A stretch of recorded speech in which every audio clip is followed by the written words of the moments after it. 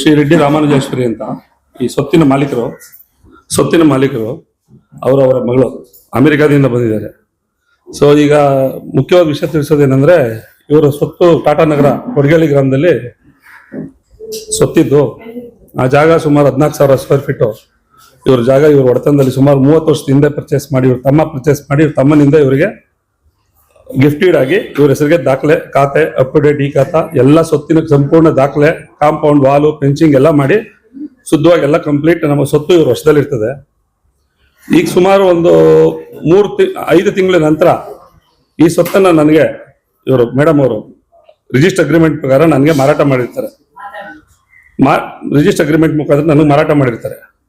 ಈ ಮಾರಾಟ ಮಾಡಿರೋ ಸ್ವತ್ತನ್ನ ನಾವು 5-6 ತಿಂಗಳ ಮುಂದೆ ನಾವು ಕಾಂಪೌಂಡ್ ವಾಲು ಮತ್ತೆ ಎಲ್ಲ ಕಾಂಪೌಂಡ್ ಕ್ಲೀನ್ ಮಾಡಿಸಿ ಎಲ್ಲ ಜಾಗವನ್ನು ರೆಡಿ ಮಾಡಿ ಕಂಪ್ಲೀಟ್ ನಾವು ಒಂದು ಆಫೀಸ್ ರೂಮ್ ಕಟ್ಟಿ ನಾವೆಲ್ಲ ರೆಡಿ ಮಾಡ್ಕೊಂಡ್ವಿ.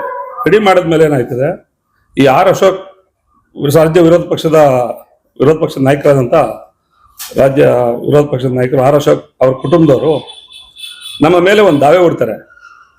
ಏನಂತೇಳಿ 8456/2025 ಅಂತ ಸಿಟಿ ಸಿವಿಲ್ ಕೋರ್ಟ್ನಲ್ಲಿ ಒಂದು ದಾವೆ ಹೂಡ್ತಾರೆ. ಆ ದಾವೆಗೆ ಸಂಬಂಧಪಟ್ಟಂಗೆ 1 ಎಕರೆ 11 ಗುಂಟೆ ಅವ್ರ ತಾತ ಅವರು 1955ರಲ್ಲಿ ಪರ್ಚೇಸ್ ಮಾಡಿದ್ದೀನಿ. ಅದರಲ್ಲಿ 25 ಗುಂಟೆ ನಾನು ಅಕ್ಕಯ್ಯಮ್ಮನವ್ರಿಗೆ ಮಾರಿದ್ದೀನಿ 1959ನಲ್ಲಿ. ಇನ್ನು 25 ಗುಂಟೆ ಈ ಏನು ನಮ್ಮ ರಾಮಾನುಜೇಶ್ವರಿ ಮೇಡಮ್ ಅವ್ರ ಸ್ವತ್ತಿದೆ, ಆ ಸ್ವತ್ತಿನಲ್ಲಿ ನನಗೆ ಆಸ್ತಿಲಿ ಬರಬೇಕು ಅಂತ ಹೇಳಿ ಕೇಸ್ ಹಾಕ್ತಾರೆ.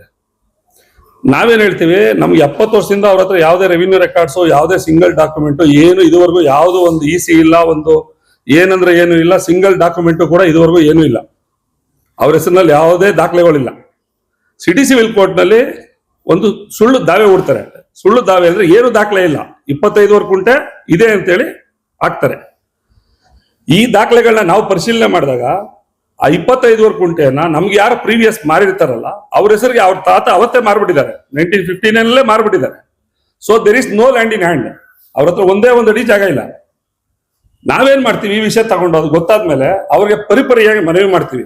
ನೋಡಿ, ನೀವೊಬ್ರು ವಿರೋಧ ಪಕ್ಷದ ರಾಜ್ಯದ ನಾಯಕರಿದ್ದೀರಿ, ನೀವು ಈ ರೀತಿ ಸಮಾಜಕ್ಕೆ ಒಂದು ಒಳ್ಳೆ ಸ್ವಾಸ್ಥ್ಯ ಹೇಳುವಂತ ಜನ ಆಗಿದ್ದೀರಿ. ನೀವು ಈ ಆಸ್ತಿಯನ್ನ ಒಂದ್ಸಾರಿ ನೀವು ಮಾರಾಟ ಮಾಡಿದ್ಮೇಲೆ ತಿರ್ಗಾ 70 ವರ್ಷದ ನಂತರ ನನಗೆ ಆಸ್ತಿ ಬರಬೇಕು ಅಂತ ಕೇಸ್ ಹಾಕಿರೋದು ಕಾನೂನು ವಿರುದ್ಧವಾಗಿದೆ. ದಯವಿಟ್ಟು ಈ ಕೂಡಲೇ ನೀವು ಇದನ್ನ ವಿಡ್ರಾ ಮಾಡಿ ಅಂತ ಹೇಳ್ತೀವಿ ಅವ್ರಿಗೆ.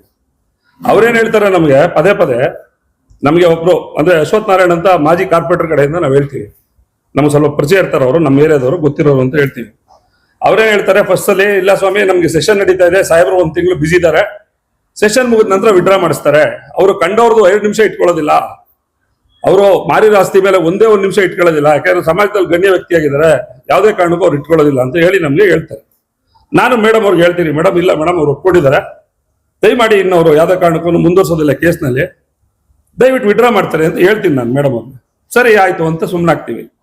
ಮತ್ತೆ ತಿರ್ಗಾ ಏನ್ ಮಾಡ್ತೀವಿ, ನಾವು ಅಪ್ರೋಚ್ ಮಾಡ್ತೀವಿ, ಏನ್ ಸ್ವಾಮಿ ನೀವು ವಿಡ್ರಾ ಮಾಡ್ತೀರಾ, ಮಾಡೋದಿಲ್ವಾ?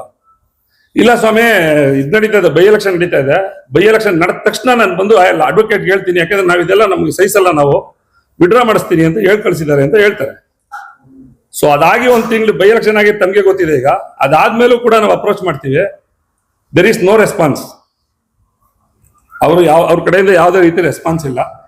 ಸೊ ಈಗ ನಮ್ಗಾಗಿರೋ ಅನ್ಯಾಯ ಏನಂದ್ರೆ, ಒಂದೇ ಒಂದು ಸಿಂಗಲ್ ಡಾಕ್ಯುಮೆಂಟ್ ಇಲ್ದಿರೋ ನೀವು ಈ ಆಸ್ತಿ ಮೇಲೆ, ಒಬ್ಬ ಅಮಾಯಕ ಹೆಣ್ಮಗಳ ಮೇಲೆ, ಅವರು 30 ವರ್ಷದಿಂದ ತಗೊಂಡಿರೋ ಆಸ್ತಿ ನಮ್ಮ ಮೇಲೆ ನೀವು ಈ ತರ ದೌರ್ಜನ್ಯ ಮಾಡ್ತಾ ಇದ್ದೀರಲ್ಲ, ನೀವು ಸಮಾಜಕ್ಕೆ ನ್ಯಾಯ ಹೇಳೋ ಸ್ಥಾನದಲ್ಲಿ ಇರೋರು, ನೀವು ಈ ರೀತಿ ದೌರ್ಜನ್ಯ ಮಾಡ್ಬೋದು ಅಂದ್ರೆ ಇನ್ನು ಸಮಾಜಕ್ಕೆ ನ್ಯಾಯ ಕೊಡ್ತೀರಿ ನೀವು?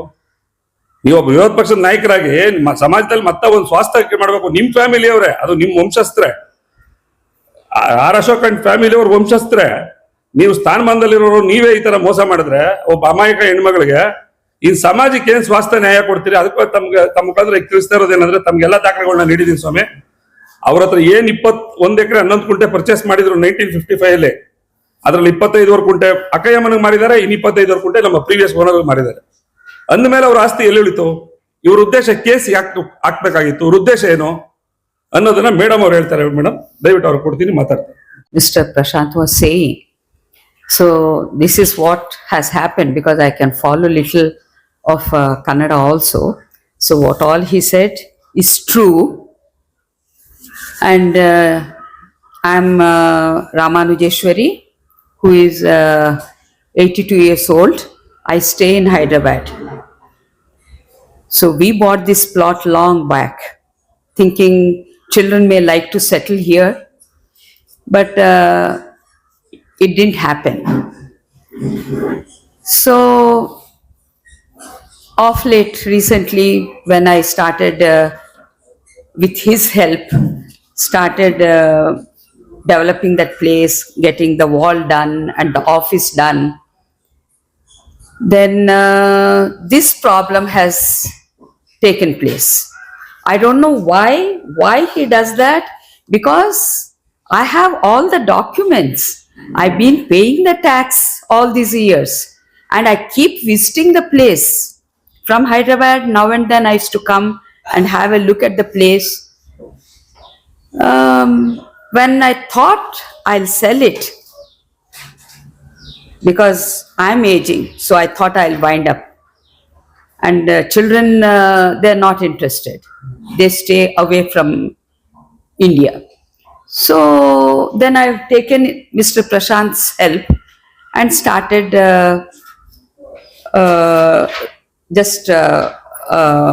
say modifying it, getting the wall done, the office, and leveling the place and all. Suddenly this problem has taken place. He claims it is his property. And as Mr. Prashant is saying, way back, maybe his grandfather bought this place. But it's no more his, because it's been sold to many other parties, and from them I have taken it about 30 years back. So how can they claim that it is theirs? What was the cost of that site? I don't remember also. I don't think so. Because then my husband was there. He also was taking care of the transaction and so on. When was this problem started? Recently, 30 years back you have taken this. 30, 30 years. 30. 30 years. 30 years. 1995. Yeah, 1995. What the problem that time is now how you can know this? Now, So now, as we are getting ready to sell it, as I said, because I'm planning to sell it, and I approached Mr. Prashant, then that's when the problem has started. Yeah, because we got all the trees and bushes demolished and got the platform done well, the wall constructed and the office constructed. We had CC camera. But I don't know, they broke everything. They broke the CC camera, they broke the door, they broke the wall, they dug in the ground, stopping us to enter the place. So all this is created. Prashant ಅವರೇ, ಈಗ ಈ ಪ್ರಕರಣ court ಹೋಗಿ 25 ವರ್ಷ ಆಗಿದೆ. ಇಲ್ಲ ಈಗ just 6 ತಿಂಗಳಿಂದ ಈಚೆಗೆ ಅವ್ರು ಕೇಸ್ ಹಾಕಿರೋದು. 25 ವರ್ಷ ಅಲ್ಲ, 30 ವರ್ಷದಿಂದ ಅವ್ರ ಪೊಸಿಷನ್ ಅಲ್ಲಿ ಇದ್ದಾರೆ. ಅವ್ರ ಕ್ಲೈಮ್ ಏನಂದ್ರೆ 1 ಎಕರೆ 11 ಕುಂಟೆ ನಮ್ ತಾತ ಅವ್ರು ತಗೊಂಡಿದ್ದಾರೆ, 25 ಕುಂಟೆ ನಾವು ಅಕ್ಕಯ್ಯಮ್ಮನಿಗೆ ಮಾರಿದೀವಿ. ಇವ್ರೇನ್ ತಗೊಂಡಿದ್ದಾರೆ ಆ ಜಾಗ ನಮ್ಮ ಮೂಲ ನಮ್ಮ ತಾತ ಅವ್ರಿಗೆ ಸೇರ್ಬೇಕಾಗಿದ್ದು, ಅದ್ರಲ್ಲಿ ನಮ್ಗೆ ಹಕ್ಕಿದೆ ಅಂತ ಕೇಸ್ ಹಾಕಿದ್ದಾರೆ. ಆದ್ರೆ ಅವ್ರ ತಾತ ಅವರು ನಮ್ಮ ಪ್ರೀವಿಯಸ್ ಓನರ್ಗೆ 1959 ಅಲ್ಲೇ ಮಾರ್ಬಿಟ್ಟಿದ್ದಾರೆ. ಆ ಸೇಲ್ ಡೀಡ್ ನ ಮುಚ್ಚಿಟ್ಬಿಟ್ಟಿದ್ದಾರೆ ಇವರು. ಸಮಾಜಕ್ಕೆ ಎಲ್ಲೂ ಕೊಟ್ಟಿಲ್ಲ, ಕೋರ್ಟ್ಗೂ ಚೀಟ್ ಮಾಡಿದ್ದಾರೆ. ನೀವು ಕೋರ್ಟ್ಗೆ ಡಾಕ್ಯುಮೆಂಟ್ ಕೊಟ್ಟಿದ್ರೆ ಪರವಾಗಿಲ್ಲ, ನಾವು ಅದನ್ನ ಕೊಟ್ಟಿದೀವಿ ನೋಡಿ. ನಿಮ್ ತಾತ ಅವ್ರು ಮಾರಿರೋ document government document, public document, registered document ಕೊಟ್ಟಿದೀವಿ. ನೀವು 25 ಕುಂಟೆ ಟೋಟಲ್ ಮಾರ್ಬಿಟ್ಟಿದ್ದೀರಿ. 1 ಎಕರೆ 11 ಕುಂಟೆ ಮಾರಿದ್ಮೇಲೆ ನಿಮ್ ಉದ್ದೇಶ ಏನಿತ್ತು? ಕೋರ್ಟ್ ಕೇಸ್ ಹಾಕಿ ಮುಚ್ಚಿಟ್ಟು ಕೇಸ್ ಹಾಕುವಂತದ್ದು ಏನಿದೆ? ನಿಮ್ ಇಂಟೆನ್ಷನ್ ಏನು? ನೀವು ಆಸ್ತಿ ಹೊಡಿಬೇಕು ಅಂತನಾ, ಅಥವಾ ಈ ವಯಸ್ಸಾದವರು ಲೇಡಿ ಹೈದರಾಬಾದ್ ಅಲ್ಲಿ ಇದ್ದಾರೆ ಯಾರು ಬರೋದಿಲ್ಲ ದೌರ್ಜನ್ಯ ಮಾಡ್ಬೇಕು ಅಂತನಾ?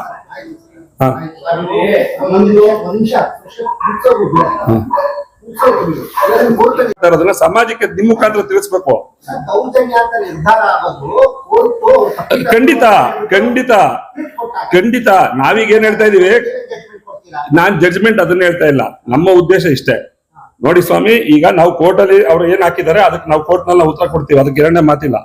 ಕೋರ್ಟ್ ಕೇಸ್ ಹಾಕಿರೋ ಉದ್ದೇಶ ಏನು ಅನ್ನೋದನ್ನ ನಾನು ಸಮಾಜಕ್ಕೆ ತಿಳಿಸ್ಬೇಕಲ್ಲ. ಮಾರಿರೋ ಆಸ್ತಿಗೆ ಹೆಂಗ್ ಕೋರ್ಟ್ ಕೇಸ್ ಹಾಕ್ತೀರಿ? ನೀವೊಬ್ರು ಪ್ರಜಾಪ್ರಭುತ್ವದಲ್ಲಿ ಉನ್ನತ ಸ್ಥಾನದಲ್ಲಿದ್ದೀರಿ. ನೀವು ಇಂಥದನ್ನ ಪತ್ತೆ ಹಚ್ಚಿ, ಇಂಥದನ್ನ ಸುಳ್ಳು ಕೇಸ್ ಹಾಕ್ತಾ ಇರೋದನ್ನ ಪತ್ತೆ ಹಚ್ಚಿ ನೀವು ಶಿಕ್ಷೆ ಒಳಪಡಿಸಬೇಕಾಗಿತ್ತು. ಕೋರ್ಟ್ ನೀವು ಫಾಲ್ಸ್ ಡಾಕ್ಯುಮೆಂಟ್ ಕೊಟ್ಟಿದ್ದೀರಾ, ಹೌದು. ಕೋರ್ಟ್ ಮಿಸ್ಲೀಡ್ ಮಾಡಿದ್ದೀರಾ ಅಂತ ಹೇಳಿದ್ರೆ ಕೋರ್ಟೇ ಶಿಕ್ಷೆ ಕೊಟ್ಟೆ ಕೊಡುತ್ತೆ. ಸರ್ ಅದನ್ನ ಕೊಡ್ಬೇಕು. ಸಮಾಜದ ಸ್ವಾಸ್ಥ್ಯ ಹಾಳು ಮಾಡುವಂತ ಇಂಥ ಶಕ್ತಿಗಳು ಸಮಾಜಕ್ಕೆ ಗೊತ್ತಾಗ್ಬೇಕು. ಯಾಕೆಂದ್ರೆ ಒಬ್ರು ಅಸಹಾಯಕ ಲೇಡಿ ಆಯ್ತು ಸರ್. ನೀವು ಹೇಳೋದಲ್ಲ. ಹೌದು ಕೋರ್ಟ್ ಅಂಗಳದಲ್ಲಿ ಈಗಾಗಲೇ ಪ್ರಕರಣ ಇರೋದ್ರಿಂದ ಹೌದು. ಯಾರದ್ದು ಹಾ. ದೌರ್ಜನ್ಯ ಮಾಡಿರೋರು ಯಾರು, ಫಾಲ್ಸ್ ಸರ್ಟಿಫಿಕೇಟ್ ಡಾಕ್ಯುಮೆಂಟ್ ಕೊಟ್ಟಿರೋರು ಯಾರು ಅಂತ ಕೋರ್ಟ್ ನಿರ್ಧಾರ ಮಾಡಿದೆ. ಖಂಡಿತ. ಅದ್ರ ನೀವು ಬದಲಿಗೆ ಸಾರ್ವಜನಿಕ ಜೀವನದಲ್ಲಿರೋ ಒಬ್ಬ ವ್ಯಕ್ತಿಯ ಮೇಲೆ ಆರೋಪ ಮಾಡೋದು ಎಷ್ಟು ಸರಿ? ಅಲ್ಲಿ ಒಂದ್ ನಿಮಿಷ, ಸಾರ್ವಜನಿಕ ಆರೋಪ ನಾವು ಮಾಡ್ತಾ ಇದೀವಿ ಅಂತ ಹೇಳ್ತಾ ಇದೀರಲ್ಲ, ಇವರು ಒಬ್ರು ಸಾರ್ವಜನಿಕ ಜೀವನದಲ್ಲಿರುವಂತ ವ್ಯಕ್ತಿ ಒಂದೇ ಒಂದು ಸಿಂಗಲ್ ರೆವಿನ್ಯೂ ರೆಕಾರ್ಡ್ಸ್ ಇಲ್ಲ. ರೆವಿನ್ಯೂ ಮಂತ್ರಿ ಆಗಿದ್ದವರು ಒಂದು ಸಿಂಗಲ್ ರೆವಿನ್ಯೂ ರೆಕಾರ್ಡ್ಸ್ ಇಲ್ಲ. ಒಂದು ಸಿಂಗಲ್ ರೆವಿನ್ಯೂ ರೆಕಾರ್ಡ್ಸ್ ಇಲ್ದೇನೆ ಒಂದು ಕೇಸ್ನ ನಿಮ್ ಫ್ಯಾಮಿಲಿ ಫೈಲ್ ಮಾಡ್ತಾರೆ ಅಂದ್ರೆ ನೀವು ಸಮಾಜಕ್ಕೆ ಮತ್ತೆ ತಿಳಿಸ್ಬೇಕೋ ತಿಳಿಸ್ಬಾರ್ದು ಅಂತೀರಿ. ಆಮೇಲೆ ಇನ್ನೊಂದು ಪ್ರಾಪರ್ಟಿ ಯಾರ ಹೆಸರು ಯಾವುದು? ಪ್ರಾಪರ್ಟಿ ಸೀನಿಯರ್ ಸಿಟಿಸನ್ ನೀವು ಕೊಟ್ಟಿರೋ ಪಿಟಿಷನ್ ಹೌದು 70 ವರ್ಷ ಸೀನಿಯರ್ ಹೌದು. ಪ್ರಾಪರ್ಟಿ ಡಿಸ್ಪ್ಯೂಟ್ ಬಂದ್ರೆ ಸೀನಿಯರ್ ಸಿಟಿಸನ್ ಪಾತ್ರ ಏನು? ಅವರ ಹೆಸರಿನ ಮೊದಲಿಂದ ಇತ್ತಾ? ಹೌದು ಹೌದು. ಅವರ ಅಂದ್ರೆ ಇವರ ಬ್ರದರ್ ಹೈದರಾಬಾದ್ ನಿವಾಸಿ ಅಂತ ಹೇಳ್ತೀವಿ. ಹೌದು 30 ವರ್ಷದಿಂದ ಇವರ ಒಡೆತನದಲ್ಲೇ ಇದೆ ಆಸ್ತಿ. ಅಂದ್ರೆ ಇವರು ಅಣ್ಣನ ಹತ್ರ ಇತ್ತು, ಆಮೇಲೆ ಇವ್ರಿಗೆ ಗಿಫ್ಟೆಡ್ ಮಾಡಿದ್ದಾರೆ. 30 years ಇಂದ ಈಸ್ ದಿ ಓನರ್. ಹೌದು, ಫ್ಯಾಮಿಲಿ ಪ್ರಾಪರ್ಟಿ. ಬಟ್ ಗಿಫ್ಟ್ ನೀಡು ಹೌದು, ಅದರ ಇದಾಗಿದೆ ರಿಜಿಸ್ಟರ್ ಆಗಿದೆ. ಯಾವ ವರ್ಷ ಸರ್? 2004. ಹೌದು. ಮತ್ತೆ ಆಗ 20 ವರ್ಷ ಆದ್ರೂ ಇನ್ನೊಂದು ಡಿಸ್ಪ್ಯೂಟ್ ಎಲ್ಲ ಹೆಂಗೆ ಸರ್? ಈ ಡಿಸ್ಪ್ಯೂಟ್ ಅವಾಗಿಲ್ಲ ಸ್ವಾಮಿ, ಇವಾಗ 6 ತಿಂಗಳಿಂದ ಈಚೆಗೆ ಅವ್ರ ಕೇಸ್ ಹಾಕಿರೋದು. ಹೊಸದಾಗಿ ಮಾಡಿರೋದು. ನಾವೇನ್ ಹೇಳ್ತಾ ಇದೀವಿ. ಆಮೇಲೆ ತಮ್ಗೆ ಇನ್ನೊಂದು ಇಂಟ್ರೆಸ್ಟಿಂಗ್ ವಿಷಯ ಹೇಳ್ತೀನಿ. ಅಲ್ಲಿ ವಂಶವೃಕ್ಷಗಳು ಕೂಡಪ್ಪ ಹೇಳ್ತೀನಿ. ಅವ್ರು ವಂಶವೃಕ್ಷ ಮಾಡಿಸಿದ್ದಾರೆ ಆರ್ ಅಶೋಕ್ ಅಂಡ್ ಫ್ಯಾಮಿಲಿ ಅವರು. ನೀವೊಬ್ರು ಕಂದಾಯ ಮಂತ್ರಿ ಆಗಿದ್ದವರು ಒಂದು ವಂಶವೃಕ್ಷನ ಏನು ಬೇಸಿಸ್ ಮೇಲೆ ಮಾಡ್ತಾರೆ ಸ್ವಾಮಿ? ತಾವೇಳಿ ಪತ್ರಕರ್ತರು ಹೇಳ್ತಿರಲ್ಲ, ನೀವು ಸಮಾಜದ ಒಬ್ಬ ಸ್ವಾಸ್ಥ್ಯ ವ್ಯಕ್ತಿನ ಕೆಡಿಸಬಾರ್ದು ಅಂತಿರಲ್ಲ. ತಮ್ಮ ಗಮನಕ್ಕೆ ಹೇಳ್ತೀನಿ, ಒಂದ್ ನಿಮಿಷ ಹೇಳ್ಬಿಡ್ತೀನಿ. ಇದನ್ನ ಯಾಕೆ ಹೇಳ್ತಾ ಇದ್ದೀನಿ ಅಂದ್ರೆ, ತಮ್ಗೆ ಯಾಕೆ ಹೇಳ್ತಾ ಇದ್ದೀನಿ ಅಂದ್ರೆ, ಇವಾಗ ಏನ್ ಅವ್ರು ವಂಶವೃಕ್ಷ ಮಾಡ್ತಾರೆ, ತಮ್ಗೆಲ್ಲ ಒಂದು ಕಾಪಿ ಕೊಡ್ತೀವಿ ವಂಶವೃಕ್ಷದ್ದು. ನೀವ್ ಆ ಕಾಪಿ ತಗೊಂಡ್ ನೋಡಿ. ವಂಶವೃಕ್ಷದಲ್ಲಿ ವಂಶವೃಕ್ಷ ಅಂದ್ರೆ ಏನ್ ಸ್ವಾಮಿ? ಅವ್ರ ವಿಷಯದಲ್ಲಿ ಅವರೊಬ್ಬ ಕಂದಾಯ ಮಂತ್ರಿ ಆಗಿದ್ದವರು, DCM ಆಗಿದ್ದವರು. ಒಂದ್ ನಿಮಿಷ, ಒಂದು ಫ್ಯಾಮಿಲಿ ಟ್ರೀ ಏನು ಅಂದ್ರೆ, ಅಲ್ಲಲ್ಲ ಸರ್, ತಾತನಿಂದ ಸಂಬಂಧಗಳು ಬರಿಬೇಕಲ್ವ ಹೆಸರಿಗೆ. ಈಗ ಎಷ್ಟು ಮಕ್ಳು ಇರ್ತಾರೆ, ಎಷ್ಟು ಮೊಮ್ಮಕ್ಳು ಒಂದ್ ನಿಮಿಷ ಇರಿ ಸರ್ ಸ್ವಾಮಿ, ಅದಕ್ಕೆ ಬಂದೆ. 23 ಜನ ಅವ್ರು ಕೇಸ್ ಹಾಕಿದ್ದಾರೆ ನಾವು ಫ್ಯಾಮಿಲಿ ಮೆಂಬರ್ ಅಂತ. ಆ 23 ಜನದಲ್ಲಿ 9 ಜನ ಇತರೆ ಅಂತ ಬರೀತಾರೆ ಫ್ಯಾಮಿಲಿ ಟ್ರೀ. ಇತರೆ ಅಂದ್ರೆ ಏನು? ನೀವು ಫ್ಯಾಮಿಲಿ ಟ್ರೀನ ಇತರೆ ಅಂದ್ರೆ ಕೊಟ್ಬಿಡ್ತೀರಾ ಗೌರ್ಮೆಂಟ್ ಅವರು ಫ್ಯಾಮಿಲಿ ಟ್ರೀನ? ಇತರೆಯಿಂದ ಬರೋದಿಲ್ಲ. ಈಗ ಬನ್ನಿ ತಗೊಳ್ಳಿ ನೋಡಿ, ತಾವು ದಯವಿಟ್ಟು ನೋಡಿ ಕೊಡಿ.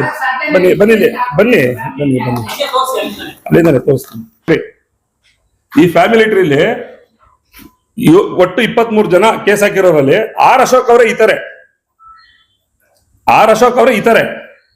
ಇತರೆ ಅಂದ್ರೆ ಏನ್ ಸ್ವಾಮಿ? ಅಣ್ಣನ, ತಮ್ಮನ, ಬಾವನ, ಬಾಮೈದನ, ಹೆಂಡತಿನ, ಮಕ್ಕಳ ಇತರೆ ಅಂತ. ಅಲ್ಲಲ್ಲ, ಡೀಟೇಲ್ ಅಲ್ಲ, ಇದು ಆನ್ಲೈನ್ ಇದೆ ಹೊಸದಾಗಿ ಮಾಡ್ಸಿರೋದು ಅವರು. ಆಡಿ ನಂಬರ್ ವಂಶವೃಕ್ಷನೇ ಆನ್ಲೈನ್ ಅಲ್ಲಿ ತಗೊಂಡಿದೀವಿ, ಇದೇ ಕಾಪಿ. ಇವಾಗ ನಾವೇನ್ ಹೇಳ್ತಾ ಇದೀವಿ, ನೀವೊಬ್ಬ ಕಂದಾಯ ಮಂತ್ರಿ ಆಗಿದ್ದವ್ರಿಗೆ ಈ ತರ ನಿಮ್ಗೆ ಸಿಗುತ್ತೆ ವಂಶವೃಕ್ಷ. ಈ ನಮ್ಮ ರಾಮಾಜೇಶ್ವರಿ ಮೇಡಮ್ ಸಿಗುತ್ತೆ ಈ ತರ ವಂಶವೃಕ್ಷ. ಏನೇ ಹೇಳ್ಬಾರ್ದ? ಸಮಾಜಕ್ಕೆ ಹೇಳ್ಬಾರ್ದ? ಇದನ್ನ ಸೃಷ್ಟಿ ಮಾಡಿರೋ ಉದ್ದೇಶ ಏನು? ಅವರಿಗೆ ಕಂದಾಯ ಮಂತ್ರಿ ಆಗಿದ್ರಿಂದ DCM ಆಗಿರೋದ್ರಿಂದ ಇಮಿಡಿಯೇಟ್ ಆಗಿ ಸಿಕ್ಕಿರ್ಬೋದು. ಇವ್ರಿಗೂ ರೈಟ್ಸ್ ಇದೆ, ಸಿಗುತ್ತೆ, ಸ್ವಲ್ಪ ಟೈಮ್ ತಗೊಳುತ್ತೆ ಅಷ್ಟೇ. ಬಟ್ ಈ ತರ ಸಿಗಲ್ಲ. ಇತರೆ ಅಂತ ಸಿಗಲ್ಲ. ಸ್ವಾಮಿ, ಈಗ ನಾವು ಒಂದ್ ಮಾತು ಏನಕ್ಕೆ ನಾವು ಇದನ್ನೇನು ಕೇಳ್ತಾ ಇದೀವಿ, ಪತ್ರಿಕಾಗೋಷ್ಠಿ ಕರೆದಿರೋ ಉದ್ದೇಶ ಇಷ್ಟೇ. ಒಂದ್ ನಿಮಿಷ. So I am Miss Ramanujeshwari's daughter. I live in the US, and I had to come all the way to assist her to help with this dispute. One of the things that I came down for. So I cannot understand all of the argument that went on between the two of you, but what little glimpses I could get. So here is the thing. So why is it that in spite of following everything that we should follow, we sent emails, we filed a appeal, like Mr. Prashant said, there was a contempt of court. Constantly, again and again, we have followed the rules, we have followed the law, and it's still we are the ones who are being hit. My mother does not have to come to Bangalore constantly to be able to look after a property that my father bought once upon a time. He bought it long ago. Why do we have to constantly come and fight someone for our own property? And I did not understand if you said that why are we not going through the court? Was that your question, sir? Court will be direction to the police department. We have done that, but the police, we have proof to show you that the police are not doing anything. So that is the reason that we had to finally resort to this, because we have tried everything by law. We have followed the rules and done what we were supposed to do with Mr. Prashant's help. But when everything is in vain, we had to finally resort to this to get help, to say, this is our property and we have the right to be able to sell this to who we want and do what we want on our property.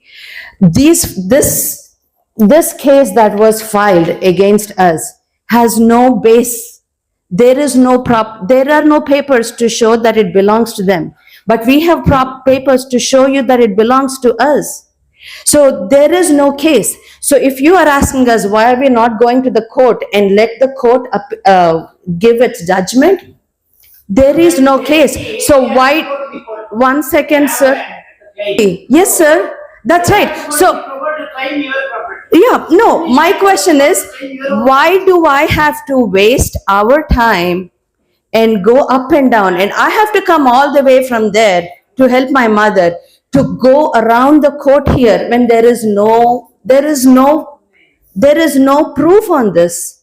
Why are we wasting our time chasing something where there is no base on it?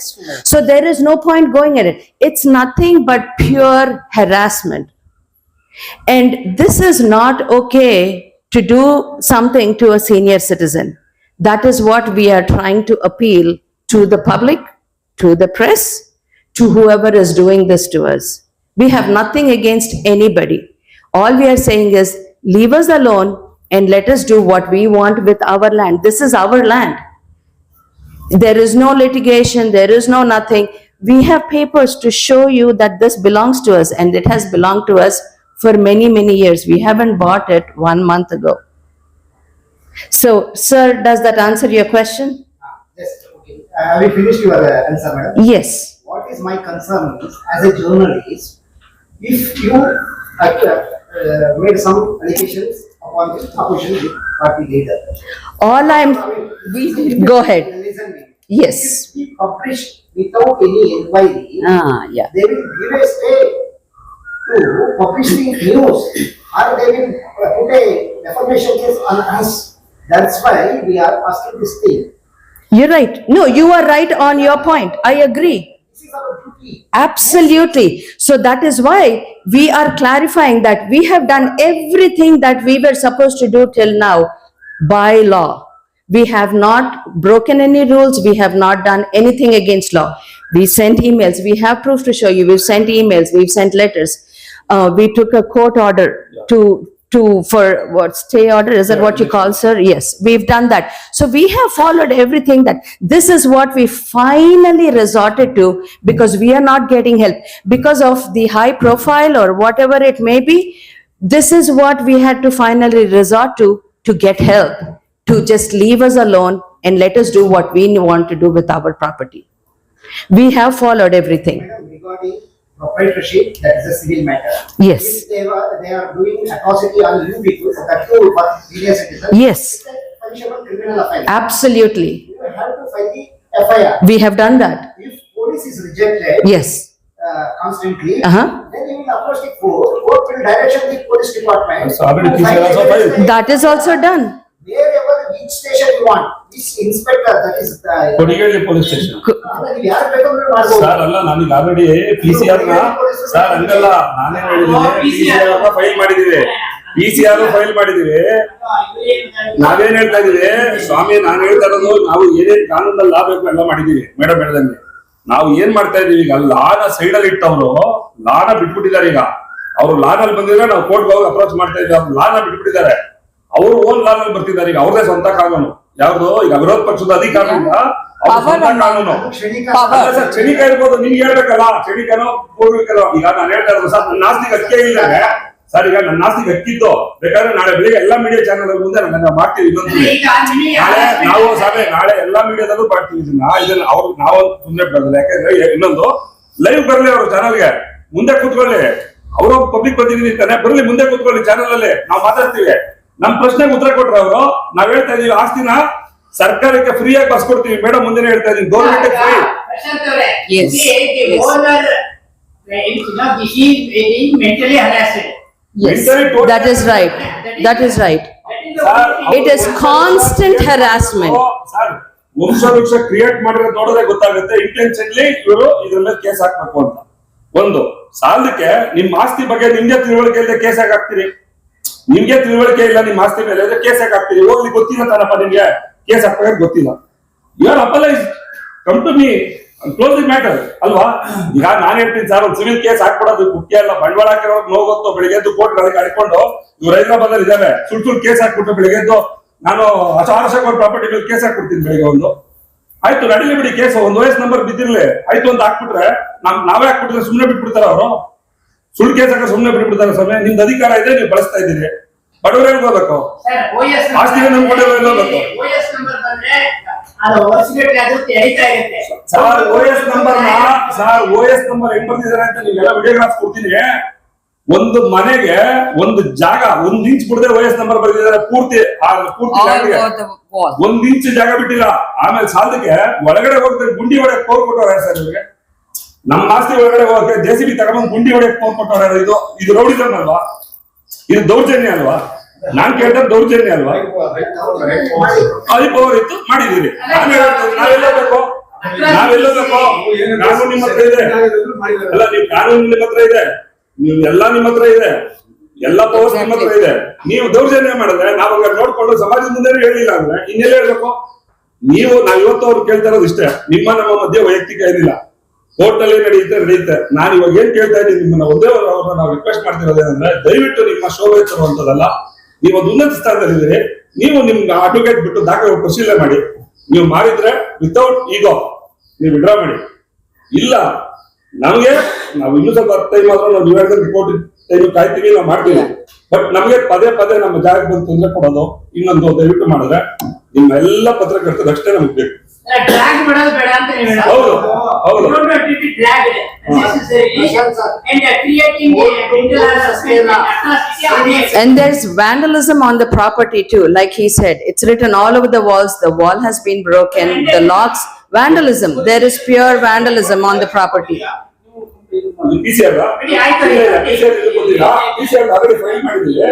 So argument ಇದೆ next week ಅಲ್ಲಿ, ಅದು next week argument ಆದ್ಮೇಲೆ order ಆಯ್ತಾ ಅದೇ court ಮಾಡ್ತಾ ಮಾಡಿ. Sir ನಾನೇನ್ ಹೇಳ್ತಾ ಇದ್ದೀನಿ, ಎಲ್ಲರಿಗೂ ಗಮನ ತರ್ತಾ ಇರೋದೇನಂದ್ರೆ, ನೀವು ಪ್ರಜ್ಞಾವಂತರಾಗಿ ನೀವು ಮಾಡ್ತೀರಾ ಸರಿ ಇಲ್ಲ ಅಂತ ನಾವ್ ಹೇಳ್ತಾ ಇದೀವಿ ಅಷ್ಟೇ. ನಾವೇನ್ ಕೋರ್ಟ್ ಬಿಟ್ಟು ನಮ್ಗೆ ಏನ್ ಮಾಡಿ ಪ್ರಜ್ಞಾವಂತರಾಗಿ ನೀವು ಮಾಡ್ಬಾರ್ದು. ಇದನ್ನ ಒಬ್ಬ ಹೆಣ್ಮಕ್ಳಿಗೆ ಅನ್ಯಾಯ ಮಾಡಬಾರ್ದು. ನಾನ್ ಕೇಳ್ತಿರೋದು ಅದು, ಅನ್ಯಾಯ ಮಾಡಬೇಡಿ.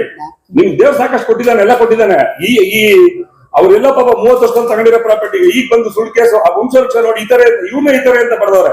ಒಬ್ರು ಕಂದಾಯ ಮಂತ್ರಿ, ಮಾಜಿ ಕಂದಾಯ ಮಂತ್ರಿ ಈ ತರ ಅಂತ ಬರೆದ್ರೆ ವಂಶವೃಕ್ಷ ಕೊಡ್ತಾರೆ ಅಂದ್ರೆ ನ್ಯಾಯದ ಪಕ್ಷ ಸೇರ್ಕೊಂಡು ನ್ಯಾಯದ ಪಕ್ಷ ಸೇರ್ಕೊಂಡು ನೀವು ಈ ತರ ಅಂತ ಬರ್ಸಿ ನೀವು ವಂಶವೃಕ್ಷ ಹಾಕಿ ಕ್ರಿಯೇಟ್ ಮಾಡಿ ಹಾಕ್ತಿರಲ್ಲ ಕೋರ್ಟ್ಗೆ, ನಿಮ್ಗೆ ಹಂಗಾರೆ ಕಾನೂನು ಶಿಕ್ಷೆ ಕೊಡೋದಿಲ್ವಾ? ನೀವೇನ್ ಮಾಡಿದ್ರು ಕರೆಕ್ಟ್ ಇದೆಯಾ? ನೀವು ಶಿಕ್ಷೆ ಕೊಡೋರು ಯಾರು? ನಮಗ್ ಕೊಡ್ತಿದ್ದೀರಿ, ನಿಮಗ್ ಕೊಡೋರು ಯಾರು? ಆಯ್ತು ಬಿಡಿ ಸರ್.